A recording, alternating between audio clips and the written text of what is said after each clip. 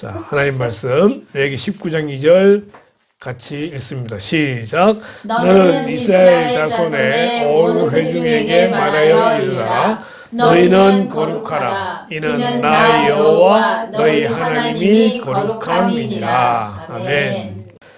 자, 제7강 강의는 6번째 6장이고요. 너희도 거룩하라. 출애굽기, 레위기 같이 말씀을 보겠습니다. 자, 백성들은 애굽에서 나왔지만 애굽은 백성에게서 나오지 않은 채 있었다. 백성들은 하나님의 도장에 들어갔으나 교화서가 없었다. 그리하여 율법이 수여되었다. 자, 율법이란 말이 등장을 합니다. 모세는 선민의 지도자로 하나님과 대면하기 위하여 산 위에 올랐으며 백성들은 모세의 계속된 부재에 의해 시험을 받았다는 것입니다. 율법은 모세의 손에 의해 깨어지기 전에 이미 백성의 마음속에 깨어져 있었으며 율법이 공포될 때 3,000명이 목숨을 잃었습니다. 이것이 출애굽기 32장에 나오는 내용입니다. 32장은 굉장히 중요한 장인데 이스라엘 백성이 모세가 산에 올라가 있는 40일 동안에 모세가 내려오지 않으니까 마음이 조급해서 아론을 부추겨 금송아지를 만들게 되었고 산에서 내려온 모세가 2개의 돌판을 들고 내려왔다가 그걸 보면서 이제 이 금송아지를 돌판을 던져서 깨는 그런 모습이 등장을 하게 되죠. 그리고 3,000명이 죽게 되는 그런 일이 일어나게 됩니다. 자, 이런 가운데에 먼저 율법 수여의 삼중적인 의미가 이제 설명이 됩니다. 자, 율법 수여의 삼중적 의미. 첫 번째는 말씀하심입니다.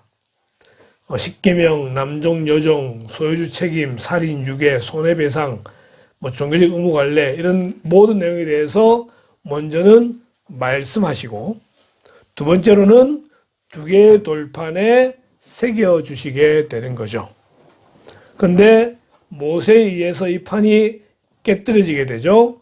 그래서 다시 한 번 더 돌판에 계명을 새겨주시는 이렇게 3가지의 단계로 율법이 선포됩니다.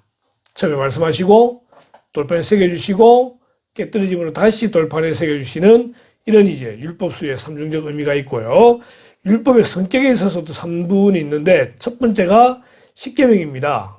출애굽기 20장 중심으로 나와져 있는 십계명은 제1계명부터 4계명까지가 하나님과 인간과의 관계에 대해 다루고 있고 5부터 10계명까지가 인간과 인간, 사람과 사람 간의 그런 내용을 다루고 있습니다. 그 다음 두 번째로는 22장까지 나오는 일반적인 율법들입니다. 이제 생활에 관계되어 있는 그런 어떻게 살아야 된다 라는 것에 대한 율법을 보여주게 되고요. 세 번째로는 이제 돌판에 친히 기록해 주시는 이런 내용으로 율법은 수여가 됩니다. 자, 그런 가운데 십계명을 먼저 보게 되면은 누군가 묻기를 십계명이 어디에 나옵니까? 라고 그러니까 찬송가 뒤에 나온다고. 요즘은 성경 찬송가가 합쳐져 있지만 옛날에 성경 따로 찬송가 따로 있었는데 찬송가 앞에 이제 주기도문하고 사도신경이 나오고 뒤쪽에 십계명이 나와 있기 때문에 근데 실제 나오는 거는 출애굽기 20장에 이제 나오는 거거든요. 20장에 나오는 10가지의 계명을 보게 되면은 1부터 4계명까지가 하나님과 관계되는 계명, 5부터 10계명이 이웃과 관계된 계명인데 첫 번째 너는 나 외에는 다른 신을 내게 두지 말라. 이게 이제 다른 신들이 있기 때문에 그런 신들 가운데 하나님만 섬기라 이게 아니라 사실은 다른 신이 없어요.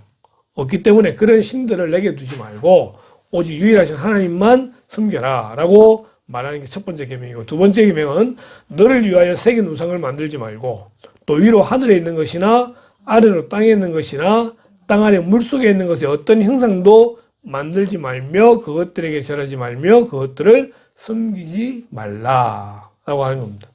우상 금지입니다. 우상 금지. 세 번째, 너는 네 하나님 여호와 이름을 망령되게 부르지 말라. 우리가 흔히 아버지 이름을 맹세하고 이런 이야기 있잖아요. 그죠? 그만큼 아버지 이름은 중요한 부분이기 때문에 우리가 이제 이스라엘 백성들로서 하나님의 선택받은 백성들로서 이제 하나님의 이름을 망령되게 부르지 마라 라고 말하는 거예요. 그러니까 하나님의 백성으로서 똑바르게 살아라는 거예요. 똑바르게 살아라. 네 번째, 안식일을 기억하여 거룩하게 지켜라 라고 이제 안식이 나오는데, 안식일의 원래 개념은 하나님이 6일 동안 천지를 창조하고 마지막 7째 날 쉬셨던 걸 기념해서 안식일을 지키는 거예요. 그런데 문제는 이 안식이 훼손된다는 거예요. 누구 때문에? 아담과 하와 때문에. 아담과 하와가 죄를 지어서 안식일이 훼손되기 때문에 이 훼손의 회복이 필요한데, 이걸 회복하기 위해서 나중에 메시아가 온다는 거예요. 이 메시아가 올 때까지는 안식일을 지키면서 메시아를 기대하고 있으라, 이런 의미가 포함되어 있습니다. 그래서 안식일을 지키지 못할 때에 아주 돌로 쳐 죽이는 그런 일이 이스라엘에 있었던 것이죠. 물론 이제 중요한 것은 안식에 대한 마음입니다. 마음이 중요한데, 이제 나중에 이스라엘은 율법주의에 빠져가지고 안식일에 하지 말아야 될 것들을 너무나 세분화를 시켜가지고 하루에 1km 이상 걸어가면 안 되고, 뭐 하면 안 되고, 뭐 하면 안 되고, 이렇게 이제 율법주의로 빠져서 나중에 문제가 되긴 하지만은 안식일에 대한 그 마음은 분명히 지켜야 된다는 것과, 예수님이 이 땅에 오시고 나시고 십자가에 죽으시고 부활하신 다음부터는 안식일이 아니라 안식일 다음 날인 주일을 지키게 된다는 거예요, 우리는. 근데 지금도 굳이 안식일을 고집하고 있는 데가 있죠. 하나님의 교회라고 불리우는데, 여기는 이단입니다. 이단입니다. 안식일 아니라 지금 이제 주일을 지킨다는 겁니다. 자, 그리고 이제 사람과 관계된 첫 번째가 내 부모를 공경하라. 내 부모를 공경하라. 이것이 약속 있는 첫 계명이니 네가 땅에서 잘 되고 장수하리라 라는 약속 있는 계명이고요. 두 번째가 살인하지 말라. 살인하지 말라. 미워하는 것도 살인에 포함된다고 이야기합니다. 간음하지 마라. 마음에 음란한 생각 가진 것 자체도 간음이라고 표현을 하고요. 도둑질하지 말라. 탐내는 것, 10번하고 비슷하기도 하지만은 이제 10번 같은 경우는 좀 더 구체적이고 마음을 다루고 있다 한다면은, 일단 8번은 행동 자체를 이제 이야기하는 거고요. 9번째, 내 이웃에 대하여 거짓 증거하지 말라. 자, 이건 거짓말하고 또 좀 다른 겁니다. 이 부분 때문에 뭐 거짓말이 어떻니, 선한 거짓말, 뭐 화이트 거짓말 이런 뭐 이야기를 나누고 있는데, 이거는 법적인 용어에서 상대를 해치기 위해서 거짓 증거하는 것을 말하는 거예요. 거짓말도 상대를 공경에 빠뜨리기 위해서 하는 그런 거짓말 있잖아요. 이제 그런 부분에 대해서 말을 하고 있는 것이라는 거죠. 상대를 해치기 위해서 거짓 증거하지 마라. 10번째, 내 이웃의 모든 것을 탐내지 마라. 결국 마음의 부분까지도 포함하고 있습니다. 이것이 620가지의 율법의 종류를 어찌 보면 요약해 놓은 거라고 말할 수 있게 되고요. 그리고 다시 이걸 요약하자면은 1부터 4계명까지는 하나님을 사랑하라. 5계명부터 10계명까지는 내 이웃을 사랑하라 라고 하는 계명으로 볼 수 있습니다. 그래서 마태복음 22장에 보면은 대강령이라 그래가지고 하나님을 사랑하고 이웃을 내 몸같이 사랑하라. 결국 율법의 가장 중심되는 내용은 뭐죠? 사랑입니다. 사랑. 율법을 지키지 못하면은 거기에 대해서 징계하고 처벌하는 게 목적이 아니라, 원래 율법의 계명은요, 하나님을 사랑하고 이웃을 사랑하는 사랑의 계명이라는 것을 기억하고 있어야 된다는 것입니다. 자, 두 번째 파트 넘어가십시다. 성막입니다. 인간 생활에 있어서 가장 중요한 문제는 거룩하지 못한 인간이 어찌 거룩하신 하나님 앞에 나갈 수 있느냐라고 하는 문제입니다. 거룩하지 못한 인간. 아담과 하와가 죄를 지은 다음부터는 사람은 본성적으로 죄인이에요. 그래서 거룩하신 하나님 앞에 나갈 수가 없어요.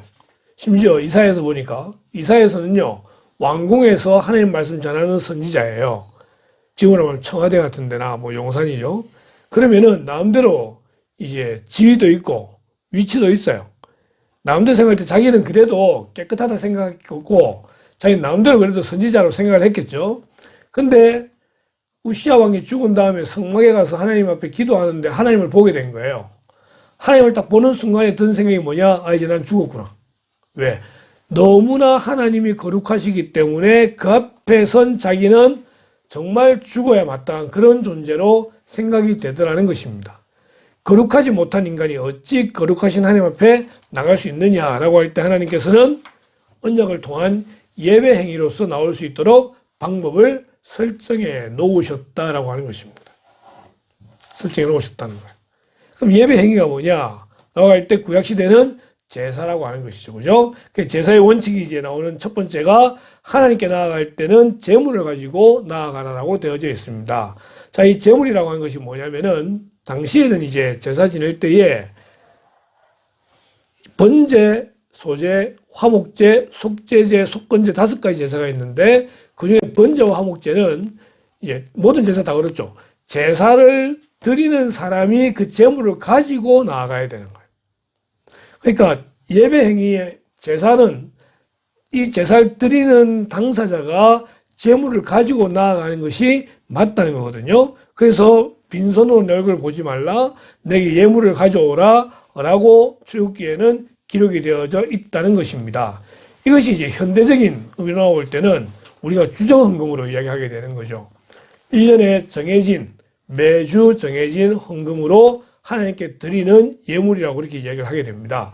요즘은 이제 그런 교회가 거의 없지만 옛날에 이제 저희 부정교회 같은 경우는 연말만 되면은 12월 마지막 주에 봉투를 줍니다. 그 봉투가 어떤 봉투냐면은 매 주마다 드리는 봉투 26장. 이게 6개월. 이해가 돼요? 그러니까 주정헌금에서 내가 매주 5,000원씩 헌금을 하겠다라고 정하면은 거기에 매주마다 5,000원씩 적어가지고 그 봉투를 집에서부터 준비해 오는 거예요. 교회 와서 헌금을 냈는 게 아니라 집에서 준비해 와가지고 이제 헌금을 드리는 거죠. 그리고 우리의 부모님 세대는 그 드리는 돈도 깨끗한 새돈, 은행 가서 미리 바꿔오든가 아니면 그 돈을 달인지로 달여가지고 그렇게 헌금을 드릴 정도로 우리의 부모님 세대들은 헌금에 정성을 들였다는 거예요.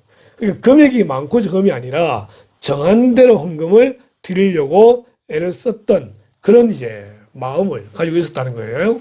그래서 빈손은 내 얼굴을 보지 말라라는 부분에 대해서 우리는 주일마다 주정헌금으로 하나님께 제물을 드린다. 그렇게 이제 보면 되고요. 두 번째로 이 제물을 가지고 나오는 이거보다 더 중요한 것은 평상시의 삶 자체가 하나님과 동행하는 성결한 생활을 하는 것이 필요했더라는 것입니다. 오늘 또 우리 구절이 그거죠. 너희는 거룩하라. 이는 나의 여호와 너희 하나님이 거룩함이니라. 하나님이 거룩하시다는 거죠. 오늘 아침 우리 말씀대로 하나님은 우리의 아버지가 되시잖아요. 우리가 하나님의 자녀이기 때문에 그러면 아버지가 거룩하면은 우리도 거룩해야 되는 거예요. 거룩해야 되는 거예요. 가끔 우리 자식들한테 이야기하죠. 도대체 니 누굴 닮아서 이 모양이냐고. 누구 닮았겠어요? 부모 닮았지. 그죠? 우리는 우리의 아버지 되시는 하나님을 모델로 삼아서 거룩한 삶을 살아야 된다는 것입니다. 레위기의 성길이라는 말이 몇 번 나오느냐? 무려 87회나 사용되고 있다는 겁니다. 레위기 성경에만. 이 책 안의 모든 제물은 세상계를 지고 가는 하나님의 어린 양을 가리키고 있다. 이제 다음 주에 살펴볼 게 절기랑 제사를 보게 될 겁니다. 오늘은 이제 성막까지만 하고 다음 주에 절기, 유월절 뭐 이런 다 살펴보게 될 거고 제사 제도를 살펴보게 될 텐데 모든 제사에는 뭐가 있다? 피 흘림이 있다. 피 흘림이 있다. 짐승의 죽음이에요. 근데 그 짐승이 누구를 상징하느냐라고 할 때 장차 오실 메시아이신 예수님을 이야기한다는 겁니다. 요한복음은 예수님을 세상죄를 지고 가는 하나님의 어린 양이라고 그렇게 표현하고 있습니다. 모든 제물은 다 예수님을 이야기한다라고 볼 수가 있습니다. 자, 거룩한 생활, 성결한 생활. 이것이 예배에 아주 중요한 것이다. 우리가 죄인이에요. 결론적으로 나오지만 우리는 죄인이에요. 죄인은 우리가 거룩한 삶을 살 수 있느냐? 살 수 없어요. 살 수 없어요. 거룩이 뭔지도 몰라요. 그런데 예수님을 믿음으로 구원받고 난 다음에는 거룩한 삶이 뭔지를 알 수 있다는 거예요. 왜? 우리 마음속에 성령님이 계시기 때문에. 그래서 그 성령님께서 말씀하시는 거룩한 삶을 살기 위해서 우리는 몸부림쳐야 된다라고 말하는 거예요. 다시요. 우리가 거룩한 삶으로 구원받는 게 아니에요. 거룩한 삶으로 구원받는 우리는 구원받을 사람이 아무도 없어요. 근데 이미 하나님이 우리에게 믿음을 선물로 주셔서 구원을 받았다는 거거든요. 구원을 받았기 때문에 거룩하게 살려고 최선을 다해야 된다는 거예요. 때로 넘어질 수 있어요. 실패할 때도 있어요. 평생에 죄를 안 지을 수 없어요. 하지만 우리는 이미 구원받았기 때문에 회개하는 삶을 살면 되는 거거든요. 자, 그런 모든 내용들을 성막을 통해서 설명이 가능하다라고 하는 것입니다. 자, 성막에 세 가지의 의미가 있다고 이제 그렇게 말을 하고 있네요. 첫 번째는 하나님의 성전이 보입니다. 이거는 나중에 우리 마지막에 보겠지만은 성막이 있었고요. 이 성막이 나중에 성전으로 바뀌어요. 누구 때에? 솔로몬 때에. 솔로몬이 성전을 짓게 되죠. 그 성전을 지을 때 들어간 돈이 무려 9조 원이다 그러는데, 얼마나 엄청나게 황금으로 지었는지. 어쨌든 성전이 솔로몬 시대, 그 다음 나라 망한 다음에 다시 돌아왔을 때 스룹바벨, 그 다음에 헤롯 때까지 해서 성전이 진행이 되다가 이게 하나님의 성전, 눈에 보이는 성전. 지금은 교회. 지금은 교회. 이게 다 같은 개념이에요. 자, 그런데 이게 첫 번째 의미라고 한다면 두 번째 의미는 뭐냐면은 우리 자체가 하나님의 성전이라는 겁니다. 우리 안에 하나님의 성령이 거하시기 때문에 우리가 하나님의 성전이다. 이게 두 번째 의미예요. 그러니까 구약시대의 성막이라는 개념이 하나님이 임재하는 곳이 성막이거든요. 그럼 하나님께서 우리 가운데 거하시기 때문에 우리도 하나님의 성전이다. 그럼 세 번째는 뭐냐? 이 세상에 눈에 보이는 교회, 우리 스스로의 교회를 뛰어넘어서 마지막 하나님이 임재하실 때, 다시 마지막 예수님 재림하실 때의 하늘 성전의 모형이다 라고 말하는 거예요. 새하늘과 새 땅에서 새로운 성전이 내려오게 되는데 그 천국이 마지막 성전이다. 그래서 이 세상의 모든 교회는 다 천국의 모형이에요. 천국의 모형이에요. 수많은 교회들이 있고 하지만 결국은 마지막 때 주님 재림 때 임하게 될 그 천국을 다들 준비하고 있는 예비된 그런 교회들이다라고 보시면 되는 겁니다. 자, 그러면서 이제 성막에 대한 내용을 이제 앞에 그림들을 보시게 되겠는데 이렇게 구성되어져 있습니다. 이게 이제 평면도입니다. 평면도인데 일단은 규빗이라는 게 있어요. 규빗은 팔꿈치부터 중지까지입니다. 개인마다 차이가 있을 수 있는데 보통 45cm에서 50cm로 이야기합니다. 그래서 편하게 50cm로 우리가 계산한다고 할 때에 이 성막의 가로는 100규빗입니다.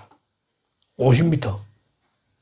그 다음에 세로는 50규빗이니까 25m. 딱 2대1로 되는 거죠. 2대1로 되는 겁니다. 그 다음에 딱 절반인 50규빗을 기점으로 해가지고 여기가 마당인데 이제 문이 동쪽으로 나 있습니다. 50규빗 중에 20규빗이 이제 문입니다. 지금 요 안에가 보통 한 5m 정도, 4m 정도 될 것 같은데 요거 한 2배 반 정도. 그 정도가 이제 문이니까 엄청나게 크죠, 그죠? 그래서 이 문에 들어가면은 번전안이 있고 물두멍이 있고 그 다음에 지성소가 있게 되는데 성소에는 금촛대가 있고 진설병상이 있고 금향단이 있고 그 다음에 휘장이 있고 들어가면은 언약궤가 있는 이런 모양으로 구성되어 있습니다. 자, 여기 이제 가해 전체 테두리를 울타리로 바꿔져 있는데 이게 전부 다 2.5m, 5규빗입니다. 높이가 2.5m니까 밖에서 안에 볼 수가 없죠. 그죠? 2.5m. 요 높이가 2m 약간 넘을 건데, 안에 쳐다볼 수 없어요. 그리고 밖에서 보이는 거는 성소와 지성소만 보입니다. 저게 이제 20규빗이기 때문에, 높이가, 10규빗이기 때문에 5m. 울타리가 2.5m, 안에 성소가 2.5m 딱 되기 때문에, 5m이기 때문에 딱 2배 차이 나죠. 그죠? 2배인데, 밖에서 보면은 어쨌든 뭔가 하나 보이는 이런 분위기가 되어 있습니다. 자, 성막의 구조가 이렇게 되어 있습니다. 딱 정사각형입니다. 정사각형 2개가 이렇게 딱 되어져 있는 걸로 보시면 됩니다. 자, 1규빗이 이렇게 팔꿈치부터 중지까지라고 볼 수 있게 되고요. 아까는 평면도였고, 좀 입체적으로 살면 이런 그림이 됩니다. 그래서 이제 울타리까지가 2.5m고, 저 안에 있는 저게 성소 지성소가 5m이기 때문에 밖에서 보이는 거는 저거밖에 안 보입니다. 근데 저게 화려하지 않아요. 나중에 다 다루게 되겠지만, 성막은 밖에서 볼 때는 전혀 화려하지 않은 그러한 텐트다. 텐트이기 때문에 이동용이죠. 이스라엘 백성이 애굽에서 나와서 가나안 가는 여정 가운데에 하나님이 시내산 언약을 맺으면서 법궤, 그러니까 성막을 만드는 법을 보여주게 되고, 이 성막을 만들어서 아침에 둘둘 말아열고 저녁에 다시 펴고 하는 이런 식으로 계속 광야 40년 동안 성막이 그 중심에 있었다는 것을 볼 수가 있습니다. 하나하나 설명하십시다. 울타리. 울타리는 이렇게 되어져 있습니다. 중간에 이제 기둥들이 있죠, 그죠? 이 기둥이 모두 60개가 있게 되고요. 높이는 5규빗, 2.5m입니다. 밖에서는 안을 볼 수 없습니다. 이 울타리의 역할은요, 이 안에 있는 모든 것을 보호해주는 그런 역할을 하는 동시에 다른 모든 것과 구별되어 있다는 것을 보여주는 그것이 울타리입니다. 이것이 이제 교회와 세상은 구별된다는 것을 말해주기도 합니다. 교회는 다른 게 많죠. 다른 사람들이 교회 와서 보면은 하지 말라는 것도 많고 하라는 것도 많고 왜 이리 별종이냐고 말할 정도로 교회는 세상과 구별됩니다. 가장 큰 구별은요, 교회는 거룩한 삶을 요구한다라고 하는 것입니다. 이 거룩한 분, 바로 예수 그리스도를 이야기합니다. 예수 그리스도 아닌 사람은요, 하나님께서 보호해 주신다라는 것을 말해줄 수 있고요. 예수님은 밖에서 보아서는 알 수 없는 존재입니다. 예수님을 만나고 안에 들어와야 그분을 만날 수가 있게 되더라는 것입니다. 자, 두 번째 보게 되는 것은 문입니다. 동쪽으로 나 있는 거고요. 여기가 이제 동, 그 다음에 저쪽이 서, 남, 북 이래 됩니다. 문은 동쪽으로 나 있습니다. 이 동쪽이라는 의미가 성경적으로 보면 좀 중요합니다. 동쪽은 이제 하나님의 방향이라고 그렇게 표현할 수가 있겠죠. 그래서 우리가 그 에스겔서에 보니까 성경에서 물이 동쪽으로 흘러내려오는 뭐 이런 이야기들을 볼 수 있게 됩니다. 자, 문이 이렇게 되어 있습니다. 문이 20규빗으로 되어 있습니다. 무려 10m의 문인데 이 문은 중요한 성막의 모든 것은 하나부터 열까지 전부 다 예수님을 이야기해주고 있다. 이래 보시면 돼요. 그러니까 뭐 성막의 문, 성막의 번제단, 성막의 뭐 휘장, 그 다음에 이런 텐트 같은 모든 것들이 다 예수님을 이야기해주고 있다라고 이제 보시면 되는데, 첫 번째로 성막에 들어가기 위해서는 반드시 이 문으로만 들어가야 됩니다. 다른 곳으로는 들어가서는 안 됩니다. 울타리가 쳐져 있기 때문에 예수님은 요한복음 14장에서 내가 곧 길이요 진리요 생명이라고 말씀하시면서 나로 말미암지 않고는 아무도 아버지께로 갈 자가 없다라고 말씀하셨고, 요한복음 10장에서 나는 양의 문이라고 말씀하셨습니다. 양들이 문을 통해서 드러나려고 하게 되지 다른 데로 넘어가게 되면 전부 다 도둑이다, 이렇게 이제 말씀하시는 거죠. 그러니까 오직 유일한 길, 예수님 외에는 구원이 없다라는 것을 말해주고 있습니다. 여기는 크기도 넓지만은 문턱도 없습니다. 원하는 사람은 누구나 들어갈 수 있습니다. 그런데 언제까지? 문이 닫히기 전까지. 문이 닫히기 전까지는 어느 누구나 들어갈 수 있지만 문이 닫히게 되면은 아무도 들어갈 수가 없습니다. 요한복음 25장에 열처녀 비유 나오잖아요.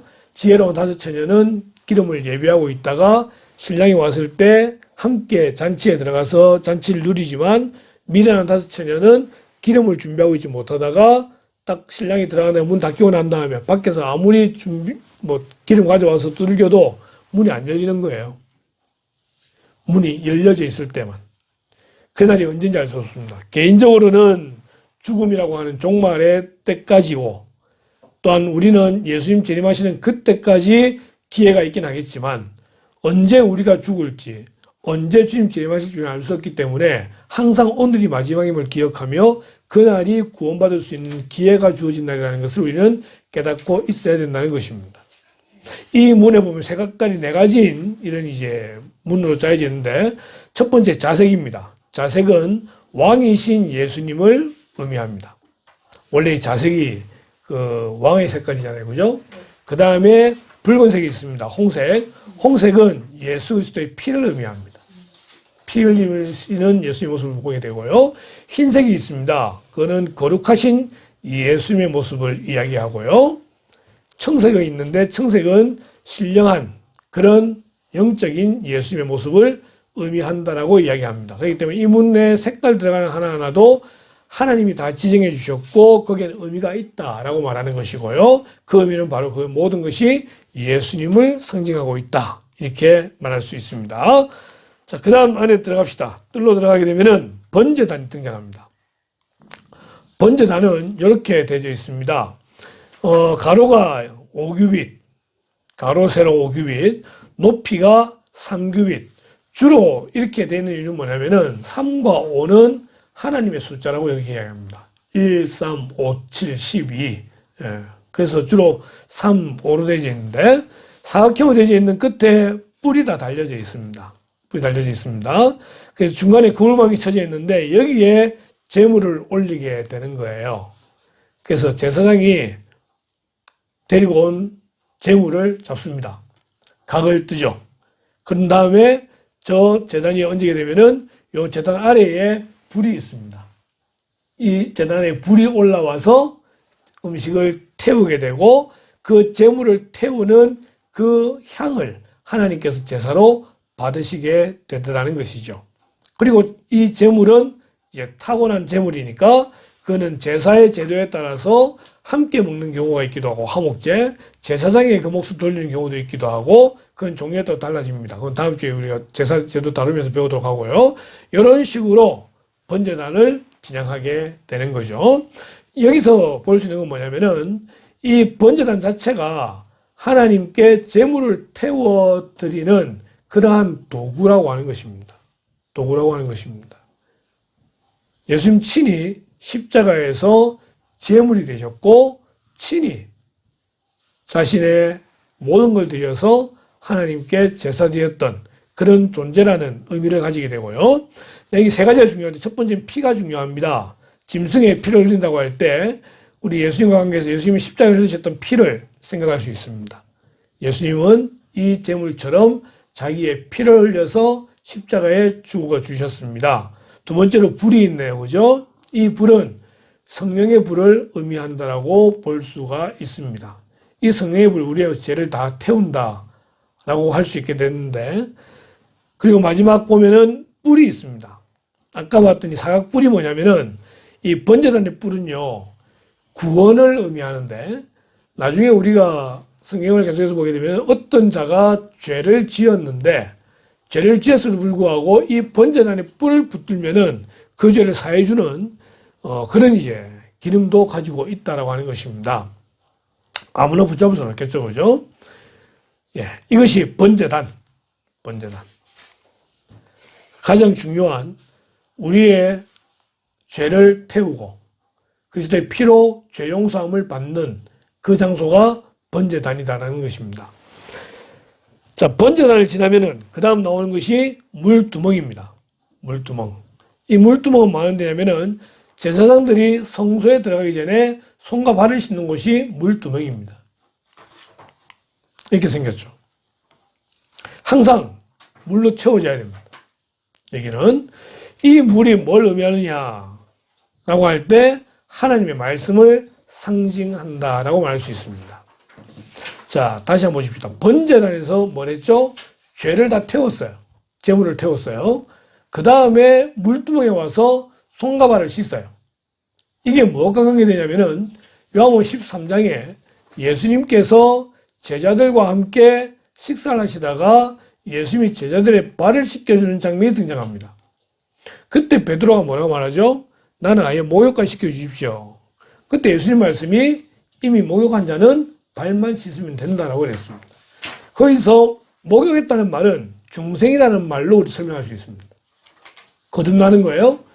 모든 죄가 다 용서되어지는 그 순간을 이야기합니다. 자, 그런데 모든 죄가 용서되어졌다고 죄를 안 짓느냐가 아니라 죄를 짓더라는 거죠. 그럼 죄를 지으면은 또 목욕을 해야 됩니까? 아니에요. 손과 발만 씻으면 되는 회개를 하면 되는 거예요. 아까 번제단은 중생을 이야기하고 우리의 모든 죄의 원초적인 모든 죄가 다 용서되는 자리라고 한다면은 물두멍은 뭐예요? 회개를 이야기하는 거예요.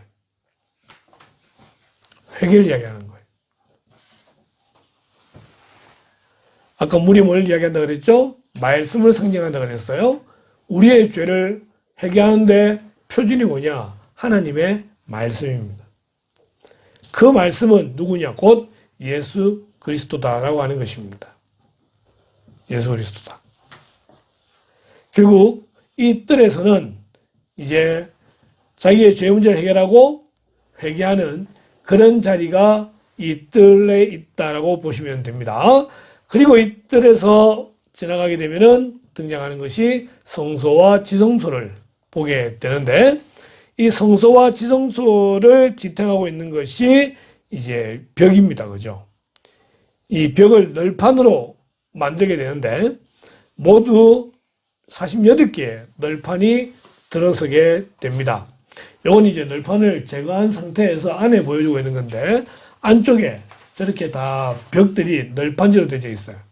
널판으로 되어 있고 그것을 5개의 저렇게 봉으로 다 연결시켜 가지고 흔들리지 않도록 다 막아내는 것을 봅니다. 근데 여기에 사용된 널판이 어떤 나무냐라고 하면 시띠나무라고 그래가지고 일명 조각목이라는 건데, 어느 누구도 관심 두지 않는 그런 나무, 그런 나무를 사용해서 널판을 만듭니다. 자, 지금 어떤 나무라고요?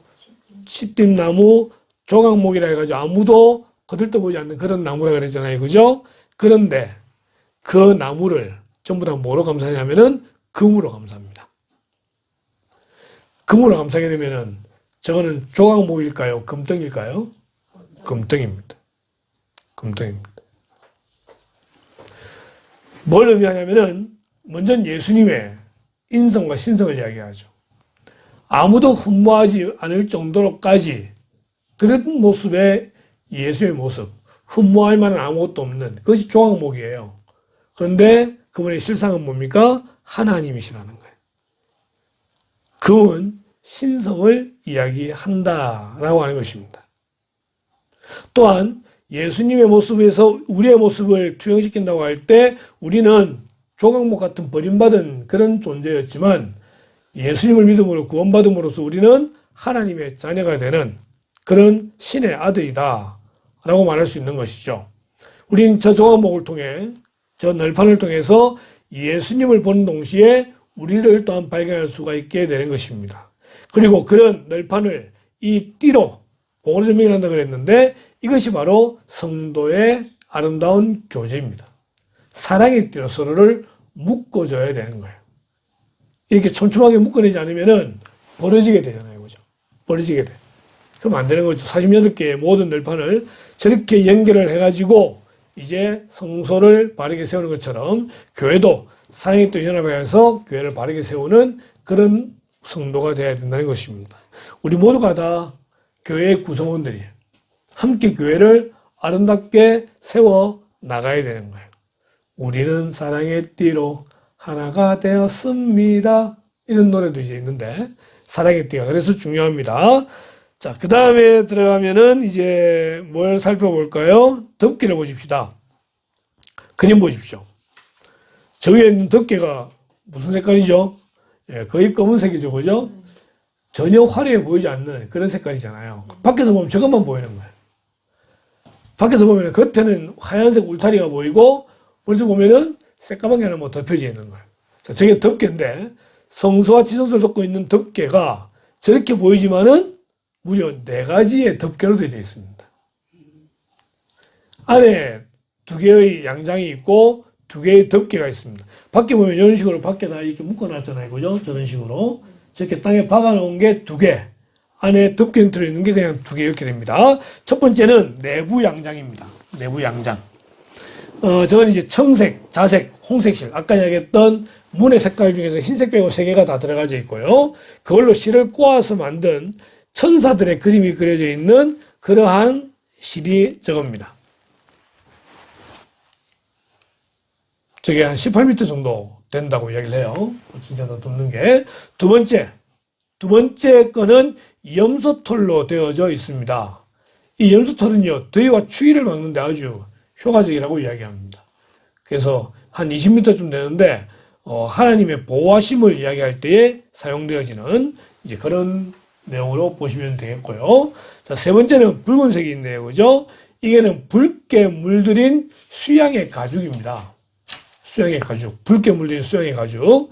결국 빨간색은 뭘 이야기하죠? 예수 그리스도의 보혈로 인한 구원을 이야기합니다. 마지막은 외부 덮개는 해달의 가죽입니다. 해달의 가죽. 밖에서 볼 때 아무런 흠모할 만한 것이 없는 그러한 색깔의 모습으로 보이지만은 그 안에는 뭐가 있나요? 성소가 있고 지성소가 있습니다. 그 흔히 우리 진주를 이야기하잖아요. 그죠? 진주 이야기할 때 진주 겉모습은 그렇게 볼품이 없어 보여도 그 안에 무엇을 품고 있느냐에 따라서 가치가 달라지는 거예요. 그죠? 아무리 겉에가 볼품이 없다 할지라도 그 안에 품고 있는 것이 황금의 지골 품고 있다고 할 때에 이것이 그리스도의 모습을 우리에게 보여주는 것이다라고 그렇게 설명을 하게 되는 것입니다. 그렇기 때문에 성소를 덮고 있는 저런 내용 하나하나가 그냥 의미 없이 된 것이 아니라 하나님께서 말씀해 주신 모든 거기에는 그리스도를 상징하는 의미가 다 담겨져 있다라고 그렇게 설명을 하시면 됩니다. 그래서 이렇게 내부 양장, 외부 양장, 내부 덮개, 외부 덮개 이렇게 해서 다 성막이 덮여지게 되는 겁니다. 자, 이제는 성소로 들어가십시다. 자, 성소로 들어가는데 성소는 이제 성소와 지성소로 구분되어져 있습니다. 그래서 이쪽에 들어가는 입구 쪽이 성소고요. 안쪽이 지성소입니다. 지성소는 1년에 단 한 차례만 들어갈 수 있어요. 1년 단 한 차례 대제사장만 들어가는 곳이 지성소고 여기 제사장들이 생활하는 그러한 성소가 되겠습니다. 성소에 들어가게 되면은 가장 처음으로 볼 수 있는 게 왼쪽에 나와 있는 금촛대입니다. 제법 커 보이죠, 그죠? 이 무게가 무려 56kg짜리 등대입니다. 56kg는 한 달란트입니다. 금으로 한 달란트이기 때문에 지금으로 따지면은 한 3억 정도 되는 가치로 볼 수가 있기도 하겠는데, 이 안에는 빛이 없습니다. 앞에도 휘장, 뒤에도 휘장이기 때문에 창문이 없어요. 막혀져 있는 거기에 오직 유일한 빛으로서 이 성소를 비추는 역할을 감당하는 것이 이 역할입니다. 이걸 일명 메노라라고도 이야기하는데, 이 등불의 역할은 뭐냐면은 세상의 빛 대신 예수님을 우리에게 소개해 준다는 것입니다. 예수님은 세상의 빛이 되십니다. 자, 여기에 사용되는 감람유는요, 기름의 종류인데, 성령의 도우심을 이야기합니다. 이 불을 켜기 위해서는 감람유가 필요하고, 이 불을 켬으로 성소를 밝게 만들기 때문에, 먼저는 빛 대신 예수님을 이야기하고, 이제 빛으로 살아야 되는 우리들을 소개해 주는 것이다. 라고 말할 수 있습니다. 이 형상은 살구꽃 모양으로 되어 있습니다. 살구꽃 모양이 되어 있는데, 살구꽃의 역할이, 의미가 뭐냐면은, 깨우는 자라는 의미를 가지고 있습니다. 빛으로 세상을 깨우는 그 역할을 하는 것이 등대의 역할이 되겠죠. 한 줄기에서, 가운데 봉이죠. 한 줄기에서 6개의 근데 이제 가지가 나오게 되는 걸 볼 수 있습니다. 중심이 누구냐? 예수 그리스도죠. 그 예수 그리스도 안에서 우리 성도들끼리 서로 연합해서 함께 빛을 비추어야 된다는 것입니다. 그래서 교회는 기본적으로 세상의 빛입니다. 세상의 빛은 빛을 비추어서 밝게 만들어야 되는 거예요. 밝아지면 세상이 밝아지게 되겠죠. 근데 교회가 빛을 잃게 되면은 이미 교회의 사명을 다해버리는 거예요. 교회가 세상에 손가락질을 당하고 교회가 세상으로부터 비난을 받고 이렇게 되면은 그건 이미 교회가 아닌 거예요. 아닌 거예요. 진리를 행하다가 순교할 수는 있어요. 순교한다도 하나님이 책임지시죠. 그러나 교회가 잘못된 일을 통해서 손가락질을 받고 하나님의 영광을 가지게 되면은 그때는 정말 교회 문 닫아야 됩니다. 문 닫아야 됩니다. 교회는 세상의 빛입니다. 성도들은 서로 연합해서 세상의 빛을 비추는 그런 존재가 되어져야 됩니다. 자, 성막의 두 번째는 보면 이 등대 맞은편 쪽에 뭐 하나 이상한 거 보이죠, 그죠? 예, 떡상입니다. 떡상. 이게 떡상이 있는데 받침대가 있고 위에 떡이 있습니다. 떡은 모두 몇 개가 12개가 있습니다. 이건 이제 제사장들의 식사가 될 수 있는데요. 이 떡은 성경에서 주로 말할 때 하나님의 말씀으로 말할 수 있습니다. 마태복음 4장에 보면 사람이 떡으로만 살 것이 아니요 하나님의 입에서 나오는 모든 말씀으로 살 것이라고 비견될 정도로 떡은 말씀과 연결되어져 있다라고 말할 수 있게 되는데, 우리가 앞에서 번제단을 거치고 물두멍을 거치고 성소 들어가잖아요. 그러면은 배가 고파요. 먹어야 되잖아요. 그 우리가 이 먹음을 말미암아 힘을 낼 수가 있더라라고 하는 것입니다. 우리가 영적으로 말씀을 먹고 살아야 된다는 것을 의미할 수 있습니다. 구원받은 성도는 말씀으로 힘을 내어서 살아가야 됩니다. 이 말씀이 우리에게 힘이 되고요. 이 말씀이 우리를 살리게 하더라는 것입니다. 그리고 떡이 12개라 그랬는데 굳이 12개인 이유는 뭐냐면은 이스라엘의 12지파를 의미합니다. 아까 1357 완전수가 그랬는데 12도 완전수거든요. 12제자 12지파. 나중에 요한계시록 가면은 12지파 1000명씩, 그 다음에 12 제자 뭐 이렇게 해가지고 14만 4천 숫자가 등장을 하게 되는데, 그건 다음에 다시 이야기하는 걸로 하고, 어쨌든 12는 완전수입니다. 그래서 하나님의 백성들을 의미하는 떡으로도 보이기도 합니다.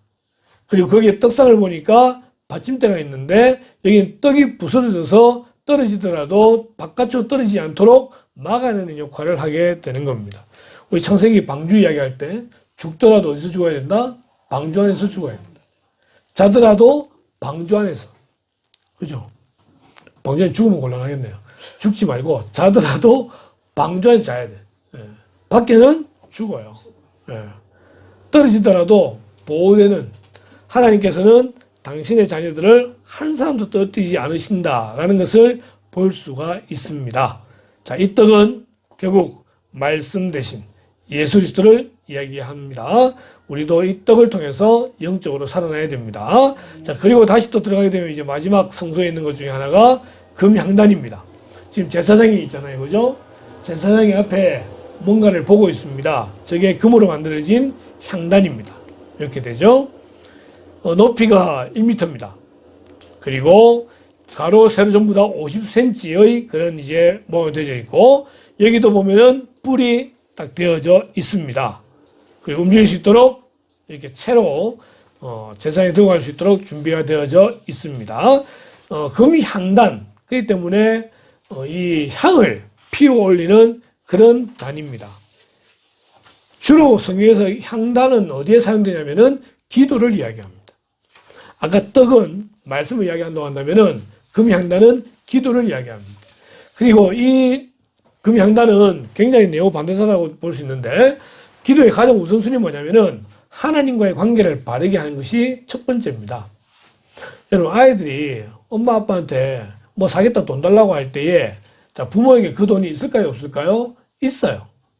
없어서 돈을 못 주는 게 아니라는 겁니다. 근데 왜 안 주려고 합니까?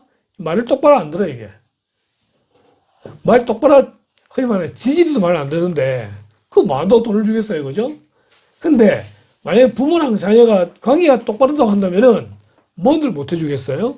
부모가 해줄 수 있는 거 다 해줄 수 있는 거예요, 그죠? 기도는 그런 거예요. 기도는 내가 뭔가를 구하기 이전에 먼저 관계가 바르게 정립되어야 되는 거예요. 기도가 구하라, 찾아라, 문을 두드려라. 맞아요. 그런데 그것을 구하는 존재인 하나님과의 관계가, 아버지와의 관계가 우선되어야 그 기도가 효력이 발휘가 되는 거예요. 그래서 우리는 먼저 기도할 때 하나님과의 관계를 바르게 해야 된다는 것과, 두 번째로는 내게 뿔이 등장하는데, 이 뿔은요, 능력을 이야기합니다. 능력을 이야기합니다. 기도의 능력이 있죠. 기도하면은 하나님께서 그 기도를 이루어 주시는 거예요. 그것이 기도의 능력이에요. 또한 우리는 기도할 힘이 없다 할지라도 지금도 여전히 우리를 위해 기도하시는 예수님과 성령님을 통해서 우리는 힘을 얻어서 그 능력을 힘입어 기도할 수가 있다라고 하는 것입니다.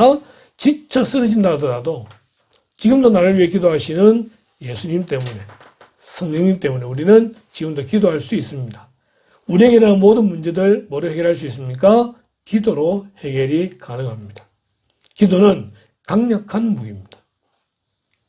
그래서 이렇게 제사장이 이제 금양단에 향을 태우게 되는 것이죠. 자, 금양단의 불은 절대 꺼져서는 안 됩니다. 항상 켜져 있어야 됩니다. 뭐처럼요? 우리가 호흡하는 것처럼. 그래서 기도를 우리의 호흡에 비교하기도 합니다. 기도는요, 영적인 호흡입니다. 기도하지 않으면은 우리의 영혼이 생명을 잃는 것과 같습니다.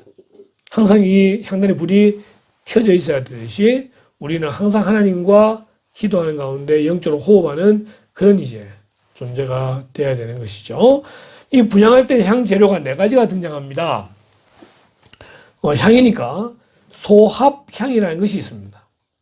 소합향은요, 향나무에서 저절로 나오는 향이라고 이야기합니다. 저절로 나오는 향이기 때문에 이제 그거죠. 그냥 건드리기만 해도 감사가 나오는 거죠.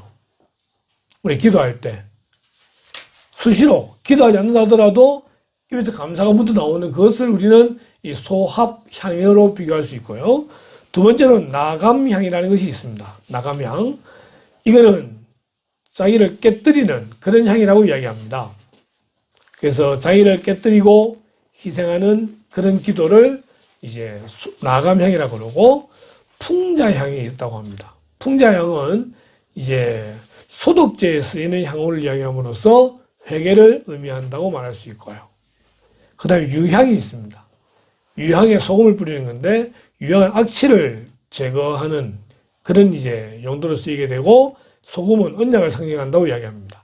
자, 중요한 거는 이런 식으로 향재료를 다양하게 쓰는 이유는 그때에 따라서 향을 쓰는 게 다르다는 것과, 우리가 기도할 때도 마찬가지로 어떤 때는 감사 기도할 때가 있고, 어떤 때는 회개 기도할 때가 있고, 어떤 때는 말씀 붙들고 기도하는 그런 경우도 있기도 하고, 다양한 기도의 내용들이 있다는 것을 설명해 주는 것입니다. 중요한 것은 우리가 영적으로 기도를 쉬지 않고 호흡하는 그런 기도가 중요하다라는 것을 설명해 주고 있는 거예요. 자, 기도는 결국 우리와 하나님 사이의 중보자 되시는 예수님을 소개해 줍니다. 우리는 하나님께 기도할 수 없는 존재예요. 그런데 예수님 때문에 우리가 기도할 수 있기 때문에 기도의 마지막에 뭐라고 합니까? 예수님의 이름으로 기도합니다. 예수님의 이름으로 기도합니다. 이제 지성소 들어갑시다. 지성소 들어가고 싶은데 안에 뭐가 쳐져 있습니까? 휘장이라는 게 쳐져 있습니다. 자, 여기는 제사장들이 들어갈 수 있어요. 근데 여기는 아까 이야기했죠? 1년에 단 한 차례 대속죄일 때에 대제사장만, 그것도 추첨을 해서 뽑힌 대제사장만 들어갈 수가 있습니다. 그 생각에 휘장이 쳐져 있죠? 그 휘장은 바로 이런 모양입니다. 이 휘장의 높이가 얼마냐? 5m입니다. 위에서 아래로 실을 꼬아 만들었기 때문에 어느 누구도 저것을 자를 수가 없습니다. 1년 단 한 차례 대제사장이 들어가게 되는데, 이 휘장이 언제 찢어지느냐? 예수님 십자가에서 죽으셨을 때에 휘장이 위에서 아래로 찢어지게 됩니다. 지성소에서 성소, 그냥 한 걸음만 내디디면 들어갈 수 있는 공간이지만, 이 휘장은 엄청난 휘장이기 때문에 어느 누구도 지성소에 들어가서는 안 되는 겁니다. 지성소에 잘못 들어갔다가는 죽어요. 실제로 아론의 두 아들이 여기에 들어갔다가 죽어요. 잘못된 불을 사용하거나 죄가 있는 사람이 들어가거나 합당하지 않은 사람이 들어가게 되면은 이 지성소는 죽임을 당하는 그런 장소고, 그것을 막아내는 것이 휘장이에요. 근데 이 휘장이 찢어진다는 건 뭘 말하냐면은 이제는 어느 누구든지 지성소로 나아갈 수 있다는 거예요. 이전까지는 1년 한 차례 대제사장만 들어갈 수 있는 공간이었지만, 예수님의 죽으심으로 이제 우리는 예수님을 의지하는 마음으로 누구든지 휘장을 지나서 지성소로 들어갈 수가 있게 되었다는 것입니다. 역시 기도를 의미합니다. 이전에는 아무나 기도할 수 없었어요. 기도라는 자체가 허용이 안 됐어요. 자, 지금도 천주교는요, 신부들이 대신 기도합니다. 고해성사, 자기가 회개를 못하니까 신부에게 고해성사에서 신부가 회개 기도를 대신해 주잖아요. 그건 아니에요. 사제, 우린 그거 인정하지 않아요. 이제는 모두가 다 제사장이 되어서 하나님께 나아가서 기도할 수 있다는 거예요. 내가 죄를 지었으면 내가 회개할 수 있다는 거예요. 감사할 게 있으면 내가 감사할 수 있다는 거예요. 단 누구의 이름으로? 예수님의 이름으로. 나는 죄인이지만, 나는 아무 공로도 없고 자격이 없지만 나를 대신에 십자가 죽으신 예수님 때문에 난 이제 그분을 의지해서 하나님께 나아갑니다. 내 죄를 용서해 주십시오. 이게 되는 거죠.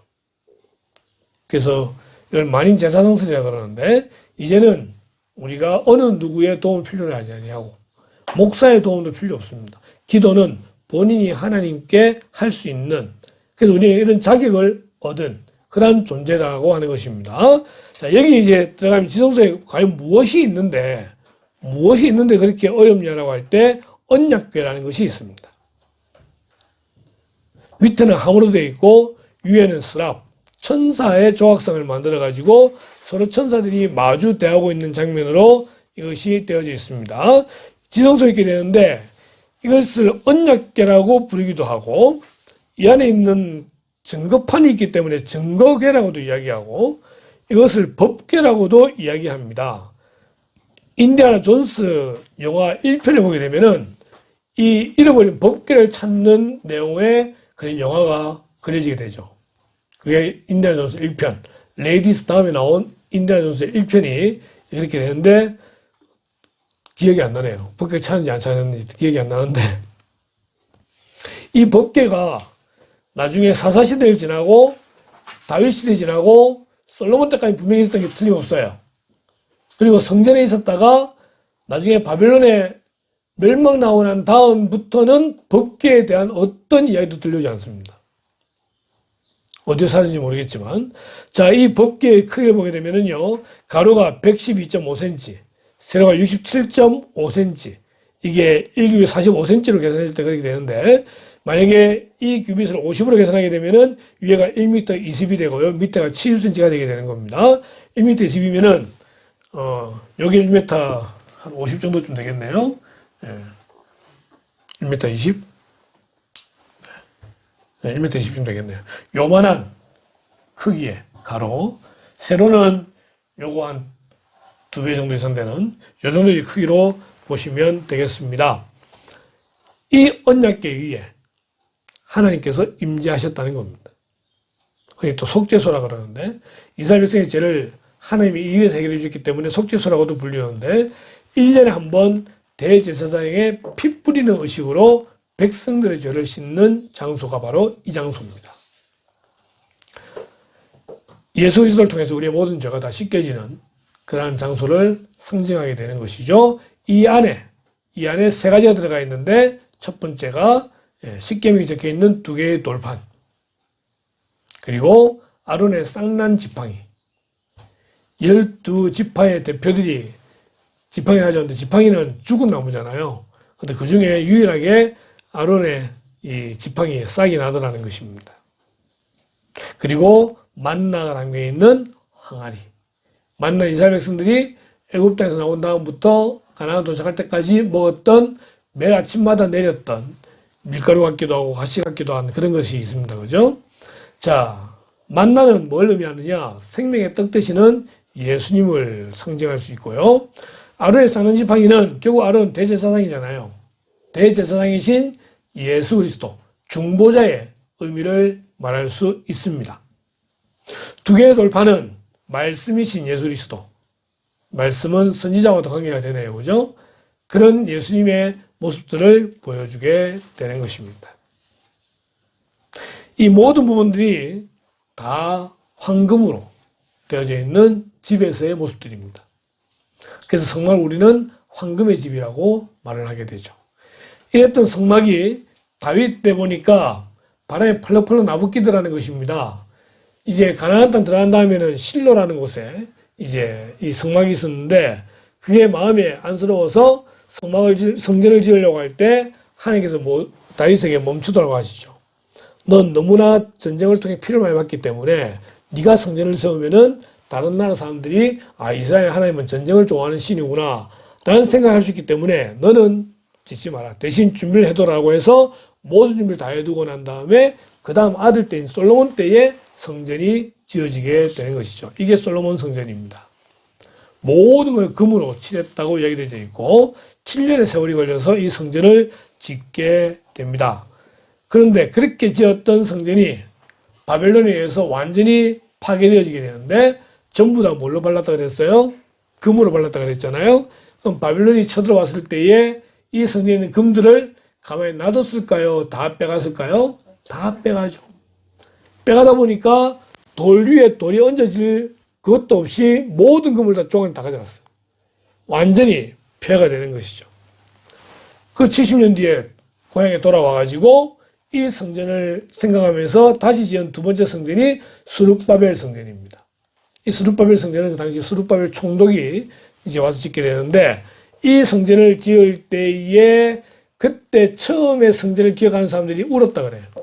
왜냐면은 그 처음 성전을 지을 때 하나님 하셨던 말씀이 있는데 네가 내 말을 잘 듣고 지켜 행하면은 내 자손 대대로 왕권을 이주자게 하겠지만은 만약 네가 내 말 안 지키면은 이 성전마저도 부셔뜨리겠다고 했던 그 말을 기억하면서 이제 너무나 화려했던 그 성전의 영광을 추억하며 두 번째 성전을 보면서 자기들을 회개하고 그 다음에 그 초라함에 울었다라는 그런 모습을 우리는 볼 수가 있는 것입니다.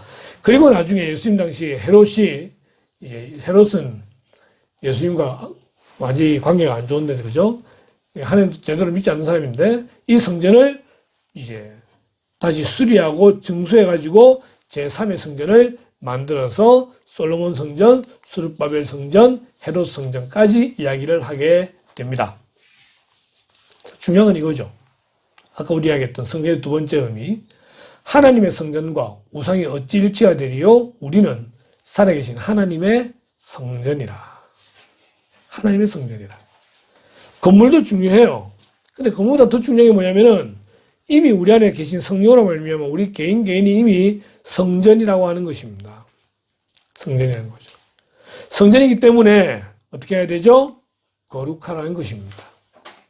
너희는 너희가 하나님의 성전인 것과 하나님의 성령이 너희 안에 계시는 것을 알지 못하느냐? 누구든지 하나님의 성전을 더럽히면 하나님이 그 사람을 멸하시리라. 하나님의 성전은 거룩하니 너희도 그러하니라. 왜 먹고 마시는 문제가 귀찮게 중요하냐라고 할 때 이 부분입니다. 우리는 먹는 걸로 우리를 더럽히지 말아야 됩니다. 마시는 걸로 더럽히지 말아야 됩니다. 문화라는 이름으로 우리를 더럽히지 말아야 된다라고 하는 것입니다. 그래서 한국의 초창에 들어왔던 선교사들을 보게 되면은 한국 사람이 세 가지 문제가 있더라는 거죠. 첫 번째, 해만 지면 술을 마시더라는 겁니다. 농촌 사회 딴 게 할 게 없잖아요. 너무 술을 많이 마시더라는 겁니다. 두 번째, 너무 담배를 많이 피우고 마약을 많이 하더라는 것입니다. 세 번째, 거의 대부분 다 첩질을 하고 있더라는 것입니다. 그래서 한국 교회에 덕을 세우기 위한 표징으로서 술과 담배를 금지하고 한 명의 남자와 한 명의 여자에서의 결혼을 지켜나가는 것. 이것을 한국교회, 기독교의 그런 표징으로 만들어 둔 것이죠. 시대가 지나면서 술 한잔하고 술 마시는 거 더 이상 문제가 아니다라고 말을 하고 있습니다. 지난주에 문제를 일으켰던 연예인들 다들 교회 다닌다고 말하고 있습니다. 근데 교회 다니는 그런 사람들이 아까 갑자기 이제 집사람이 임영웅이 불렀던 찬양이라고 하면서 최영한테 보내주라고. 임영웅이 불렀으니까 너무 좋아할 거다 또 보내려고 했는데 유튜브 딱 들어가니까 이것은 AI로 만든 음성입니다라고 되어 있는 거예요. 그래서 이제 안 보냈는데, 김호중이나 이런 애들은 유튜브에 떠요. 찬양하는 게. AI 말고 진짜로 떠요. 그런데 음주운전 걸리죠. 뭐 이렇게 되잖아요, 그죠? 그러면은 교회가 무슨 말 할 수 있을까요? 할 수 있는 말이 없어요. 사회적으로 문제되는 그런 일들에 대해서 계속 크리스찬이 등장한다고 할 때 신앙 좋다고 하는 사람들 그럼 이제 터질 때 할 말이 없는 거예요. 할 말이 없는 거예요. 저는 가장 안타까운 것 중에 하나가 국회의원들 중에 무려 3분의 1이 크리스찬입니다. 그러면 하나님 앞에서 바르게 정치하는 게 뭔지를 그들은 설명할 수 있어야 돼요. 당락이 아니라. 그럼에도 불구하고 한국의 정치는 흔히 말하는 사료 수준이잖아요. 누가 책임을 져야 될까요? 크리스찬 국회의원들 책임져야 돼요. 그리고 그들을 두고 있는 교회가 책임져야 돼요. 거룩하지 않으면은 빛의 역할을 감당 못해요. 거룩하지 않으면은 그리스도의 편지 역할을 감당할 수 없어요. 힘들어요. 거룩하기 위해서는 너무나 많은 걸 내려놔야 돼요. 그런데 하나님이 말씀하시기를 내가 거룩하니 너희도 거룩해라. 이스라엘에게 하신 말씀이고 영적 이스라엘인 우리에게 하시는 말씀이에요. 그렇게 살아가야 되는데 우리는 연약하기 때문에 다시 하나님 붙들고 성령님 붙들고 도와주십시오 해야 되겠죠. 어제 저희 동생네 가족이랑 같이 식사를 하는데 이제 제부가 아니죠. 저한테는 그 매제 족보가 희한해서 버스 기사를 하고 있는데 버스 기사 하면은 욕 나올 때가 많대요. 어떤 경우냐면은 한 번에 그런 경우가 있었대요. 버스 타는데 60대 분인데 돈을 안 내더래요. 돈 내라고 했더니만은 갑자기 막 욕하면서 젊은 게 뭐 이렇게 이야기하더래요. 바로 차 세워놓고 욕으로 맞서 싸웠다고 이야기하더래요. 이게 세상인 것 같아요. 세상은 그렇게 하는 게 맞는 것 같아요. 그런데 거기서 거룩한다고 하면서 뭐 가만히 있는다고 알아줄 것도 아니긴 하지만 그런 고민들을 하게 만드는 거죠. 이 세상 가운데서 구별된 그리스도인이 어떻게 살아가야 될 것인가.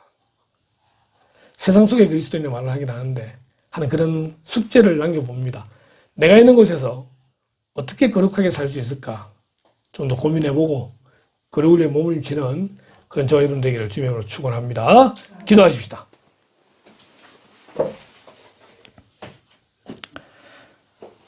내가 거룩하니 너희도 거룩하라고 말씀하시는데 하나님 우리가 구원받은 자이긴 하지만 너무나 힘들고 어렵다는 것을 고백합니다.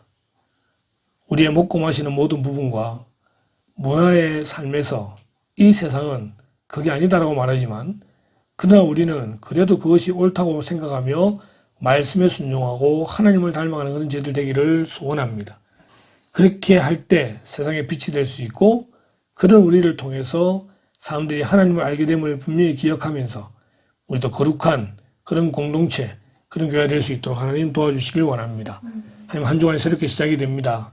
이 한 주간도 맞닥뜨리는 모든 일들 가운데서 하나님 가장 좋은 길을 저희들이 택할 수 있도록 인도하시길 원하고 그 가운데 하나님 이름을 나타낼 수 있도록 도와주시기를 원하고 그로 인하여 변화되어지는 모습을 꿈꾸는 제들 될 수 있도록 인도하시기를 원합니다. 각자 직장 가운데서 또한 배움의 현장에서 부닥치는 여러 가지 일들이 힘들겠지만 주님 이 시대에 저희들이 요구하시는 그 음성을 듣기를 원하고 순종하는 그런 제들 되도록 인도하여 주시옵소서. 이 한 주간도 시작되었사오니 이 한 주간도 승리하기를 원하고 우리 각자의 삶 가운데 특별히 가정 가운데 하나님의 의가 이루어지며 사랑이 넘치는 귀한 가정 될 수 있도록 인도하시길 원하올 때 이 모든 말씀을 예수님의 이름으로 기도드리옵나이다. 아멘.